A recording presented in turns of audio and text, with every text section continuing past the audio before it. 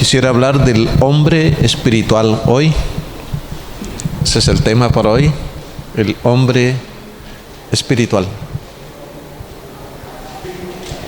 En la medida que voy leyendo la Escritura y también interactúo con las diferentes personas con las que hablamos y comunicamos, cada vez estoy más convencido que mi tarea es motivarles a ustedes a leer la Biblia, motivarles, animarles.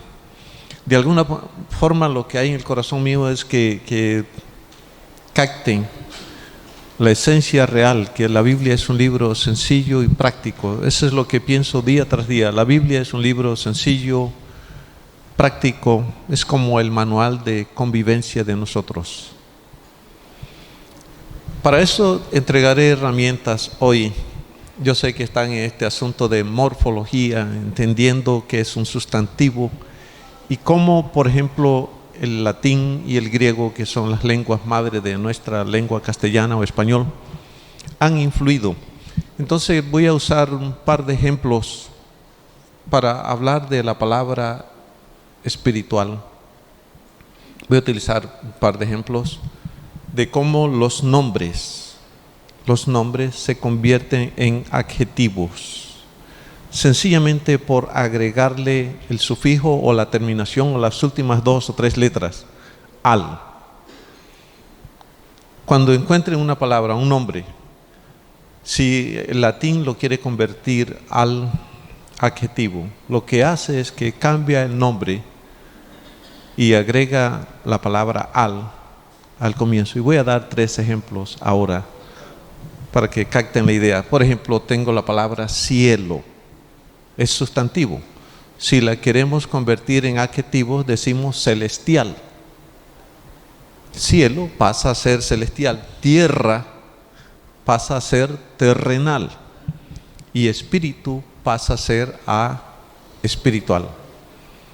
Entonces así hace el latín la conversión de cualquier nombre o sustantivo en adjetivo. El griego tiene una forma similar, parecida a esta, y voy a dar ejemplos.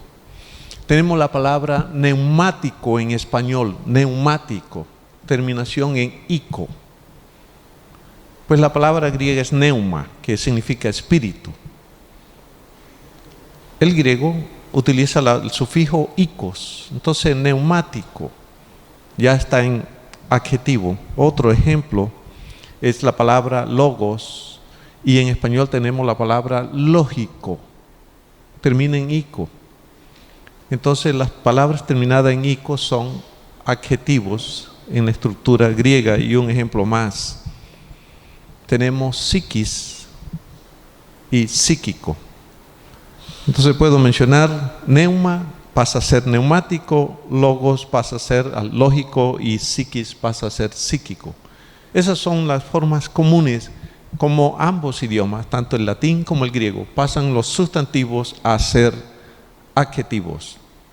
Entonces de ahora en adelante, cuando ustedes vean que hay en su Biblia una terminación en al o ikos, ya deben saber que son adjetivos que están calificando algo. Para sumar ambas, tanto al como ico, en términos muy generales, la palabra al o icos en términos muy generales significa lo relativo a o lo relacionado con, lo relativo a. Esa es la idea general. Pero una diferencia de estos sufijos es que la terminación al, cada vez que encuentran en su Biblia la terminación al en algún adjetivo, indica abundancia. Solamente por leer el sufijo al en su Biblia, cualquier adjetivo indica abundancia. Mientras que el sufijo ikos significa cualidad intrínseca. Donde encuentren ikos es cualidad intrínseca. Entonces, aunque son adjetivos y adjetivos, algunos tienen la influencia latina y otros tienen la influencia griega. Entonces hay 2 clases de sufijo en la Biblia. para este tipo de adjetivos, los terminados en al y los terminados en icos. Si encuentra un sufijo al en algún adjetivo, ya sabe, tiene el sentido de abundancia. Pero si tiene el sufijo icos, es la naturaleza intrínseca. Esa es la diferencia de estos adjetivos. Paso a dar algunas cosas para ayudarle más en esto.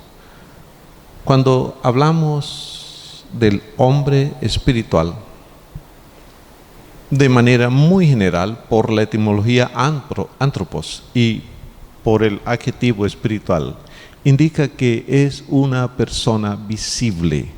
Ser hombre espiritual es ser algo visible con esas cualidades. Hombre espiritual es un ser visible, que se le ve esa cualidad, eso de manera muy general. Por pertenecer icos a la esencia, naturaleza del espíritu. Mire, el espíritu siempre será espiritual. Sea el espíritu de Dios, sea el espíritu humano, cualquier otro espíritu, siempre será espiritual, y lo que salga de él, por seguro, es espiritual. Eso de manera muy general. El espíritu, por tener una naturaleza así, todo lo que salga de él será espiritual, ya sea el Espíritu Santo, ya sea el espíritu humano. Y tiene dos maneras de trabajar el espíritu. Sigo haciendo diferencia. Tiene dos maneras de trabajar. Cuando la persona depende de él, que está en conexión con él, él va a expresar sus cualidades intrínsecas, externamente, es decir, pasan a través de la persona y se ven.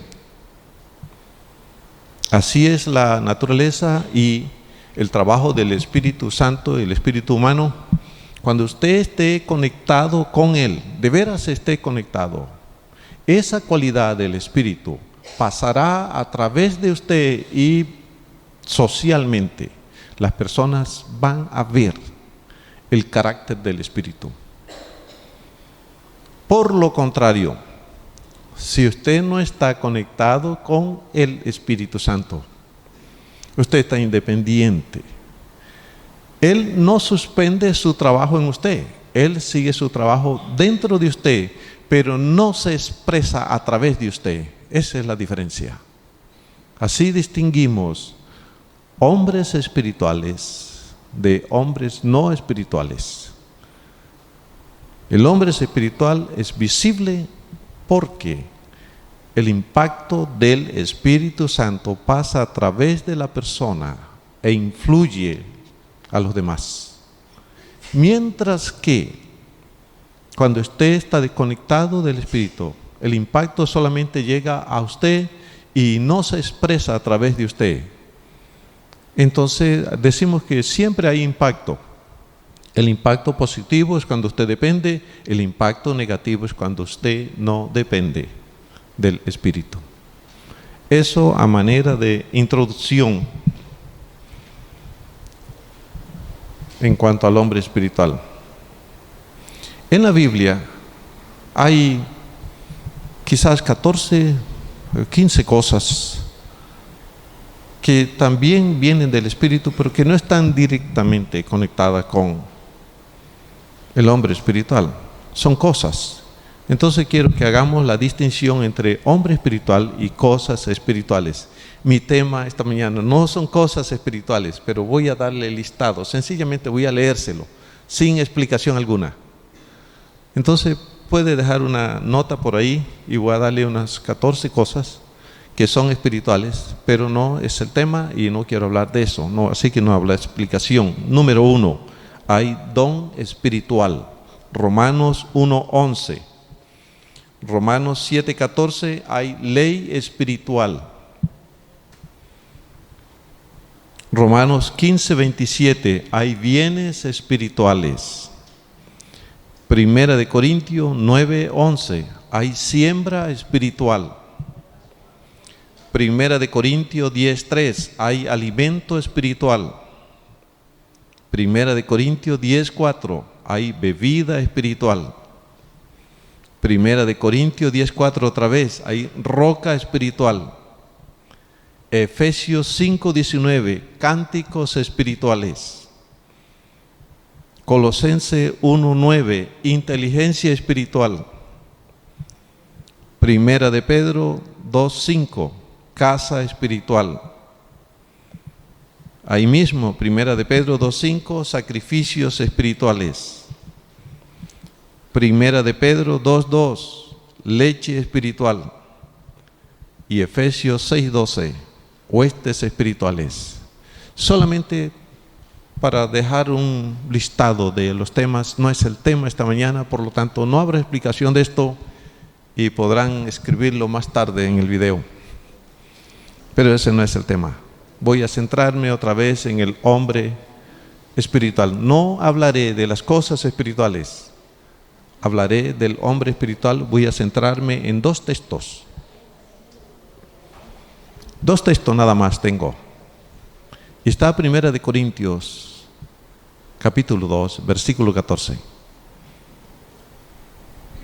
Primera de Corintios, capítulo 2, versículo 14. Abra su Biblia ahí y miremos el texto.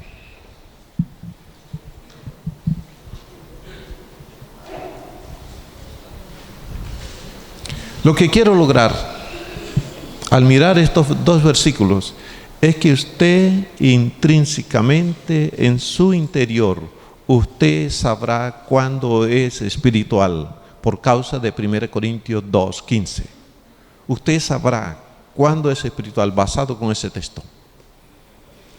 Y socialmente, es decir, ya no personalmente, sino socialmente, todo el mundo sabrá cuándo usted es espiritual por la obra social que cumplirá, según Gálatas 6:1.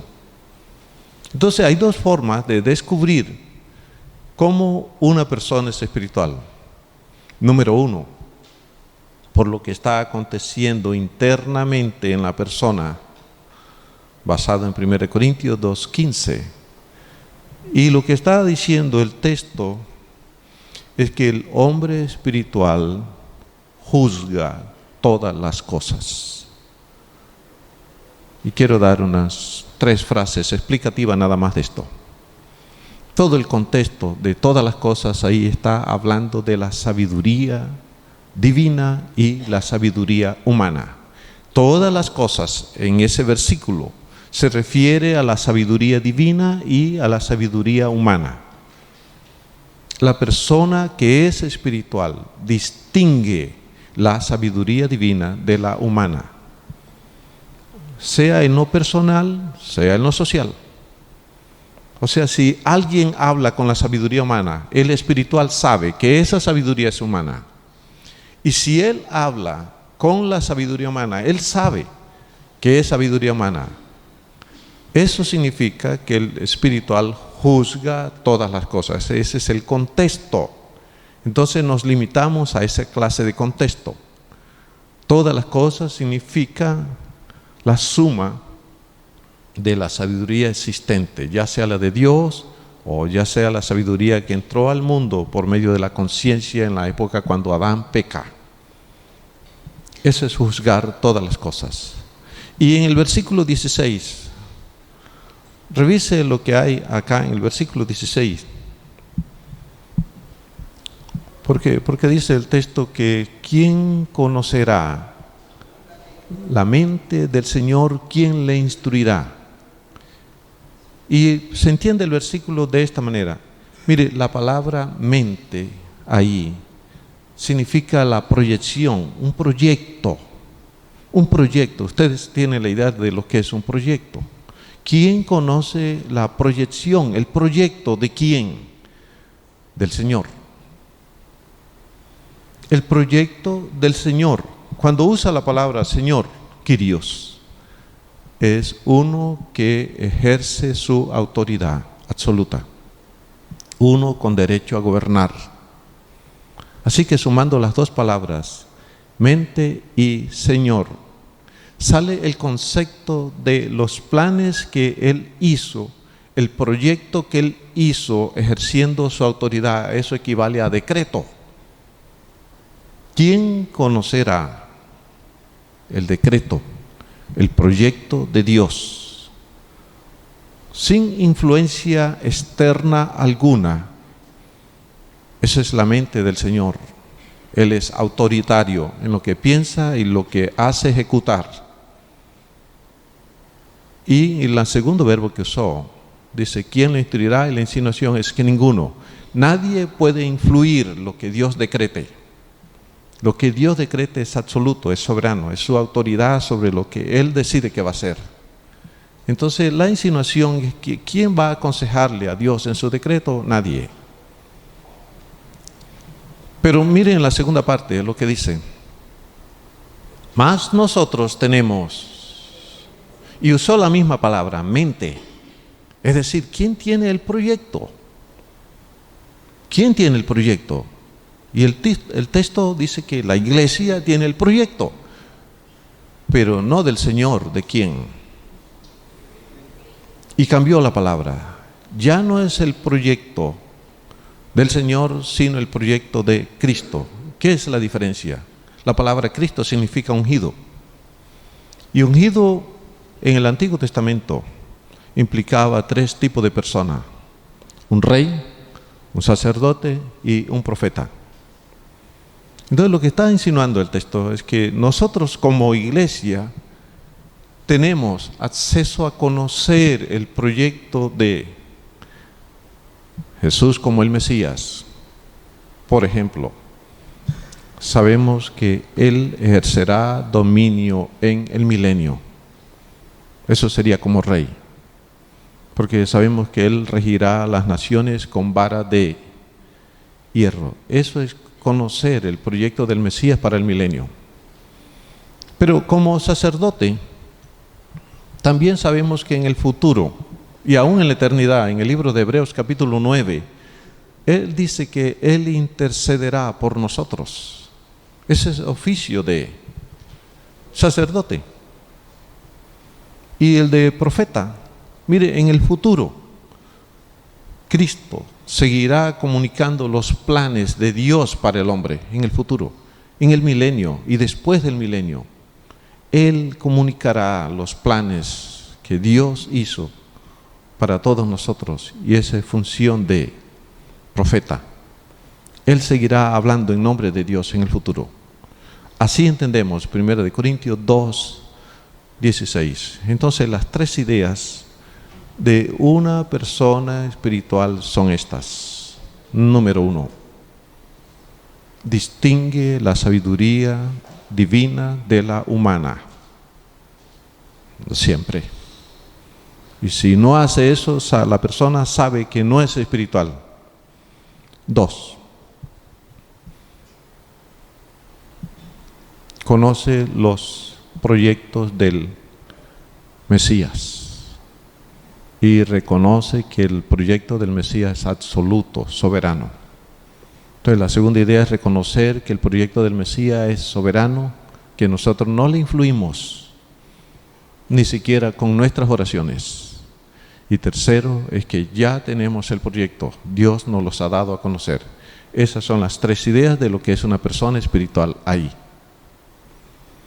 Paso a Gálatas, capítulo 6, versículo 1. ¿Cómo conocemos a los espirituales socialmente? Número 1, usando el verbo que aparece ahí, si alguno fuere sorprendido. El verbo fuere sorprendido. No es que socialmente alguien sorprende a la persona, sino que la persona misma se autodescubre que está haciendo una cosa que no debía hacer, que no está bien ante los ojos de Dios. Ese es ser sorprendido por sí mismo. No es que alguien lo descubre, es que él mismo cae en la cuenta que está haciendo algo que no debe hacer y por eso busca ayuda de los espirituales. y los espirituales no intervienen en la vida de nadie, al menos que le busquen para confesar algún delito, algún pecado, para que ellos ayuden. Escuche bien. Mire, los espirituales no intervienen, al menos que usted le confiese sus delitos y pecados. Quizás lo sepan, pero no aconseja la Escritura que se meta en eso. Puede reprender si quiere y puede amonestar, pero no puede aconsejar. Así es el perfil de un espiritual socialmente. Quizás puede saber los pecados de todo mundo o de mucha gente, pero no puede intervenir, porque está prohibido en el texto. Hasta que el que fue sorprendido en la falta busca ayuda, ellos le dan ayuda. Esa es la primera condición de ser espiritual socialmente. La segunda, el consejo del espiritual se conoce porque brinda una alternativa que el caído no tiene. Tiene una alternativa, tiene una opción que la persona caída todavía no tiene. Y ese es un segundo aspecto de la persona que es espiritual.